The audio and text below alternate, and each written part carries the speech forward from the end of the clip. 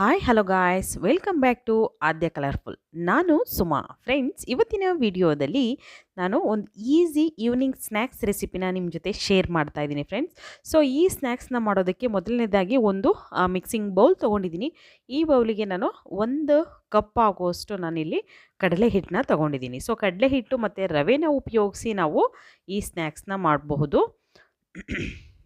ನಾನು ಇಲ್ಲಿ 1 ಕಪ್ ರವೆ ಕೂಡ ಹಾಕ್ಕೊಂಡಿದ್ದೀನಿ. ಮನೆಯಲ್ಲಿ ಯಾವ ರವೆ ಇದೆಯೋ, ದಪ್ಪ ಅಥವಾ ಸಣ್ಣ ರವೆ ಯಾವುದನ್ನಾದರೂ ಉಪಯೋಗಿಸ್ಬೋದು. ನಂತರ ನಾನು ಇಲ್ಲಿ ಒಂದು ಅರ್ಧ ಟೇಬಲ್ ಸ್ಪೂನ್ ಆಗುವಷ್ಟು ನಾನು ಇಲ್ಲಿ ಜೀರಿಗೆ ಪುಡಿನ ಹಾಕ್ಕೊಂಡಿದ್ದೀನಿ. ನಂತರ ಒಂದು ಆಲೂಗೆಡ್ಡೆನ ನಾನು ಈ ಥರ ತುರಿದು ಒಂದು ಸಲ ತೊಳೆದು ನಂತರ ಹಾಕ್ಕೊಂಡಿದ್ದೀನಿ. ನೋಡ್ಬೋದು ನೀವು. ಇದಕ್ಕೆ ಒಂದು ಹಸಿರು ಮೆಣಸಿನ್ಕಾಯಿನ ಸಣ್ಣದಾಗಿ ಕಟ್ ಮಾಡಿ ಹಾಕ್ಕೊಂಡಿದ್ದೀನಿ ಫ್ರೆಂಡ್ಸ್. ಕೇವಲ 1 ಕಪ್ ಕಡಲೆ ಹಿಟ್ಟು ರವೆ ಇದ್ದರೆ ಸಾಕು, ನೀವು ಈ ಸ್ನ್ಯಾಕ್ಸ್ನ ತಯಾರಿಸ್ಬೋದು ಫ್ರೆಂಡ್ಸ್. ಹಾಗೆ ಇಲ್ಲಿ ಒಂದು ಅರ್ಧ ಟೊಮ್ಯಾಟೋನ ನಾನು ಹಾಕ್ಕೊಂಡಿದ್ದೀನಿ. ಜಾಸ್ತಿ ಬೇಡ, ಅದೇ ಒಂಥರ ಹುಳಿ ಹುಳಿ ಅನ್ನಿಸ್ಬಿಡುತ್ತೆ ಸ್ನ್ಯಾಕ್ಸು. ಮತ್ತು ಇಲ್ಲಿ ಒಂದು ಈರುಳ್ಳಿನ ತೊಗೊಂಡಿದ್ದೀನಿ. ದಪ್ಪ ಗಾತ್ರದ್ದು ಒಂದು ಈರುಳ್ಳಿನ ಸಣ್ಣದಾಗಿ ಕಟ್ ಮಾಡಿ ನಾನು ಹಾಕ್ಕೊಂಡಿದ್ದೀನಿ. ಹಾಗೆ ಇದಕ್ಕೆ 1 ಕಪ್ ಆಗೋಷ್ಟು ನೀರನ್ನು ಆ್ಯಡ್ ಮಾಡ್ಕೊಳ್ಳೋಣ. ಓಕೆ, ಸೊ ಈಗ ನೀಟಾಗಿ ಇದನ್ನು ಮಿಕ್ಸ್ ಮಾಡ್ಕೊಳ್ಳೋಣ. ಕಡಲೆ ಹಿಟ್ಟು ಮತ್ತು ನಾವು ರವೆನ ತೊಗೊಂಡಿರೋದು. ಸೊ ಚೆನ್ನಾಗಿ ಮಿಕ್ಸ್ ಮಾಡಿ ಒಂದು 10 ನಿಮಿಷ ಇದನ್ನು ರೆಸ್ಟಿಗೆ ಇಟ್ಬಿಡೋಣ. ಯಾಕೆಂದರೆ ರವೆ ಹಾಕಿರೋದ್ರಿಂದ ಒಂದು 10 ನಿಮಿಷ ಇದನ್ನು ಬಿಟ್ಟರೆ ರವೆ ಎಲ್ಲ ಚೆನ್ನಾಗಿ ನೀರಲ್ಲೆಲ್ಲ ನೀಟಾಗಿ ಮಿಕ್ಸ್ ಆಗಿರುತ್ತೆ, ಅದು ಉಬ್ಬಿ ಬಂದಿರುತ್ತೆ ಕೂಡ. ಓಕೆ, ನೋಡಿ ಇವಾಗ ನೀರನ್ನೆಲ್ಲ ಅದು ಅಬ್ಸರ್ವ್ ಮಾಡ್ಕೊಂಡಿದೆ, ನೋಡ್ಬೋದು ನೀವು. ಈಗ ಇದಕ್ಕೆ ಕೆಲವೊಂದು ಸ್ಪೈಸಸ್ನ ಹಾಕ್ಕೊಳ್ಳೋಣ. ಇದಕ್ಕೆ ಸ್ವಲ್ಪ ರುಚಿಗೆ ತಕ್ಕಷ್ಟು ಉಪ್ಪನ್ನು ಹಾಕ್ಕೊಂಡಿದ್ದೀನಿ ನಾನು. ಫ್ರೆಂಡ್ಸ್, ನಿಮಗೆ ನನ್ನ ವಿಡಿಯೋ ಇಷ್ಟ ಆದರೆ ಪ್ಲೀಸ್ ನನ್ನ ಚಾನಲ್ನ ಸಬ್ಸ್ಕ್ರೈಬ್ ಮಾಡ್ಕೊಳ್ಳಿ ಫ್ರೆಂಡ್ಸ್, ಲೈಕ್ ಮಾಡಿ, ಶೇರ್ ಮಾಡಿ. ಓಕೆ, ಸೊ ಇದಕ್ಕೆ ನಾನು 1 ಟೇಬಲ್ ಸ್ಪೂನ್ ಆಗೋಷ್ಟು ಚಿಲ್ಲಿ ಫ್ಲೇಕ್ಸ್ನ ತೊಗೊಂಡಿದ್ದೀನಿ. ನಂತರ ಒಂದು ಚಿಟಿಕೆಯಷ್ಟು ಅರಿಶಿನ ತೊಗೊಂಡಿದ್ದೀನಿ, ಜಾಸ್ತಿ ಉಪಯೋಗಿಸ್ತಿಲ್ಲ, ಒಂದು ಚಿಟಿಕೆಯಷ್ಟು ಅಷ್ಟೇ. ಮತ್ತು ಇದಕ್ಕೆ ಒಂದು 2ರಿಂದ 3 ಎಲೆ ನಾನು ಕರಿಬೇವಿನ ಎಲೆನ ಸಣ್ಣದಾಗಿ ಕಟ್ ಮಾಡಿ ಹಾಕ್ಕೊಂಡಿದ್ದೀನಿ. ಮತ್ತು ಇಲ್ಲಿ 1 ಟೇಬಲ್ ಸ್ಪೂನ್ ಆಗುವಷ್ಟು ಕೊತ್ತಂಬರಿ ಸೊಪ್ಪನ್ನು ನಾನು ಕಟ್ ಮಾಡಿ ಹಾಕ್ಕೊಂಡಿದ್ದೀನಿ. ಈಗ ಇದನ್ನು ಮಿಕ್ಸ್ ಮಾಡ್ಕೊಳ್ಳೋಣ. ಚೆನ್ನಾಗಿ ಇದನ್ನು ಮಿಕ್ಸ್ ಮಾಡೋಣ. ಸ್ವಲ್ಪ ಗಟ್ಟಿ ಅಂತ ಅನ್ನಿಸ್ತಾ ಇದೆ ಫ್ರೆಂಡ್ಸ್. ಇದಕ್ಕೆ ಒಂದು ಅರ್ಧ ಕಪ್ ಆಗೋಷ್ಟು ನೀರನ್ನು ಹಾಕ್ಕೊತಿದ್ದೀನಿ ಮತ್ತೆ ನಾನು. ಓಕೆ, ನಿಮಗೆ 1.5 ಕಪ್ ನೀರು ಬೇಕಾಗುತ್ತೆ. ಸೊ 1 ಕಪ್ ನೀವು ಕಡಲೆ ಹಿಟ್ಟು ಮತ್ತು ರವೆನ ಉಪಯೋಗಿಸಿದ್ರೆ ಅಲ್ಲಿಗೆ 1.5 ಕಪ್ ನೀರನ್ನು ಉಪಯೋಗಿಸಿ. ಓಕೆ, ಈಗ ಮಿಕ್ಸ್ ಮಾಡ್ಕೊಳ್ಳೋಣ. ನೀಟಾಗಿ ಮಿಕ್ಸ್ ಮಾಡಿ. ಓಕೆ, ಇದು ಕರೆಕ್ಟಾಗಿ ಆಗಿದೆ. ಈಗ ಇದಕ್ಕೆ ಸ್ವಲ್ಪ ನಾನು ಬೇಕಿಂಗ್ ಸೋಡಾನ ಹಾಕ್ಕೋತಾ ಇದ್ದೀನಿ. ಬೇಕಿಂಗ್ ಸೋಡಾ ಅಂದರೆ ನಾವು ಮನೆಯಲ್ಲಿ ಉಪಯೋಗಿಸ್ತೀವಲ್ಲ, ಅಡುಗೆ ಸೋಡಾ. ಸೊ ಅದು ಒಂದು ಚಿಟಿಕೆಯಷ್ಟು ಹಾಕ್ಕೊಳ್ಳೋಣ, ಜಾಸ್ತಿ ಬೇಡ. ಓಕೆ, ಈಗ ಮಿಕ್ಸ್ ಮಾಡ್ಕೊಂಡಿದ್ದೀನಿ. ಮತ್ತು ಇದನ್ನು ಇಲ್ಲಿ ನಾನು ಕೇಕ್ ಮೌಲ್ಡ್ ತೊಗೊಂಡಿದ್ದೀನಿ. ಸೊ ಕೇಕ್ ಮೌಲ್ಡಿಗೆ ಈಗ 1 ಸ್ಪೂನ್ ಆಗುವಷ್ಟು ನಾನು ಆಯಿಲ್ನ ಹಾಕಿ ಇದನ್ನು ನೋಡಿ ಈ ಥರ ಸೈಡಲ್ಲೆಲ್ಲ ಸ್ವಲ್ಪ ಹರಡೋಣ.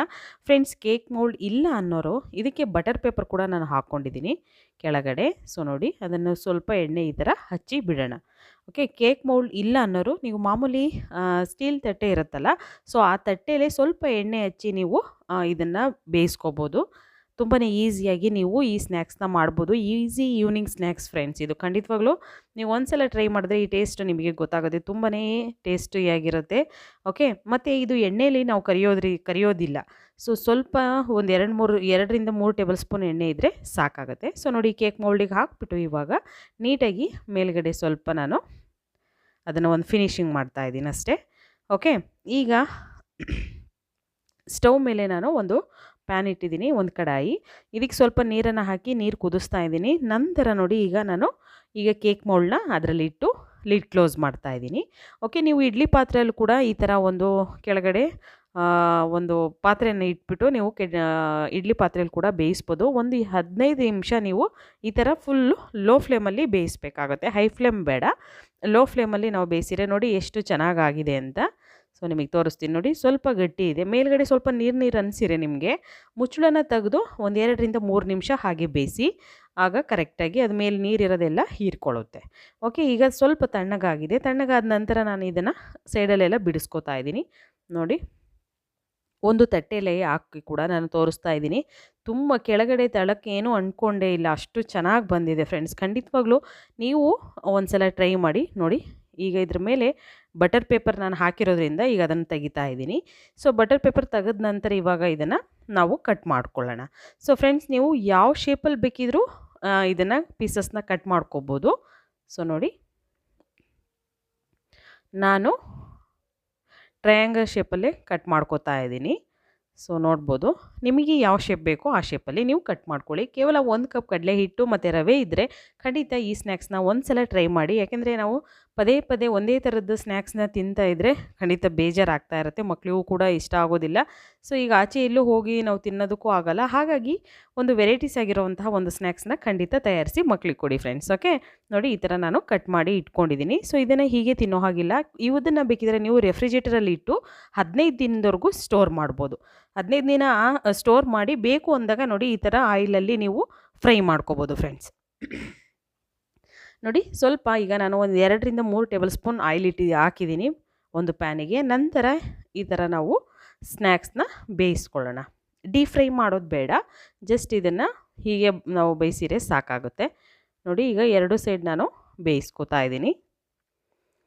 ಒಂದು ಒಳ್ಳೆ ಗೋಲ್ಡನ್ ಕಲರ್ ಬರೋವರೆಗೂ ನೀವು ಬೇಯಿಸ್ಕೊಂಡ್ರೆ ಸಾಕು ಫ್ರೆಂಡ್ಸ್. ತುಂಬಾ ಈಸಿಯಾಗಿ ನೀವು ಈವ್ನಿಂಗ್ ಸ್ನ್ಯಾಕ್ಸ್ನ ರೆಡಿ ಮಾಡ್ಕೋಬೋದು.